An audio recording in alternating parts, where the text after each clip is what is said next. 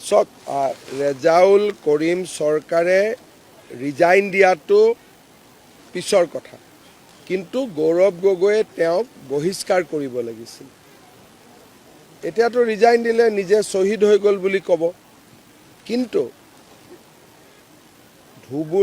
শিৱসাগৰক ধুবুৰী বনাম বুলি কোৱাৰ পিছত যোৰহাটৰ MP হিচাপে গৌৰৱ গগৈ ৰেজাউল কৰিমক পাৰ্টিৰ পৰা ধাক্কা দি উলিয়াই দিব লাগিছিল, কিন্তু তেওঁ উলিয়াই দিব নোৱাৰিলে। এতিয়া সি নিজে ৰিজাইন দি পেলাই গাঁৱত গৈ ক'ব যে মই নিজে ডাঙৰ হিৰো হৈ গ'লোঁ বুলি। সেইকাৰণে আমি বিচাৰিছিলোঁ যে গৌৰৱ গগৈয়ে তেওঁক পাৰ্টিৰ পৰা উলিয়াই দিয়ক। গৌৰৱ গগৈৰ সাহসহে নহ'ল। হ'ব, চাওক, ভালে হয় মোৰ হৈ কাম কৰিলে, মইতো ভালেই পাম, মই কিয় বেয়া পাম কোনোবাই যদি মোৰ হৈ কাম কৰে। আৰু কংগ্ৰেছত বহুত মানুহ আছে যোনে মোৰ হৈ কাম কৰিও থাকে, মিছাও নহয়।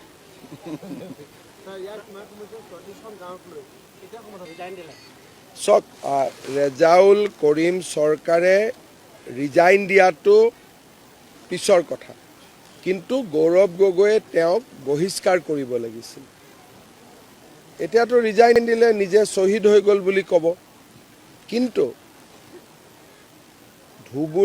শিৱসাগৰক ধুবুৰী বনাম বুলি কোৱাৰ পিছত যোৰহাটৰ MP হিচাপে গৌৰৱ গগৈ ৰেজাউল কৰিমক পাৰ্টিৰ পৰা ধাক্কা দি উলিয়াই দিব লাগিছিল, কিন্তু তেওঁ উলিয়াই দিব নোৱাৰিলে। এতিয়া সি নিজে ৰিজাইন দি পেলাই গাঁৱত গৈ ক'ব যে মই নিজে ডাঙৰ হিৰো হৈ গ'লোঁ বুলি। সেইকাৰণে আমি বিচাৰিছিলোঁ যে গৌৰৱ গগৈয়ে তেওঁক পাৰ্টিৰ পৰা উলিয়াই দিয়ক। গৌৰৱ গগৈৰ সাহসহে নহ'ল। হ'ব, চাওক, ভালে হয় মোৰ হৈ কাম কৰিলে, মইতো ভালেই পাম, মই কিয় বেয়া পাম কোনোবাই যদি মোৰ হৈ কাম কৰে। আৰু কংগ্ৰেছত বহুত মানুহ আছে যোনে মোৰ হৈ কাম কৰিও থাকে, মিছাও নহয়।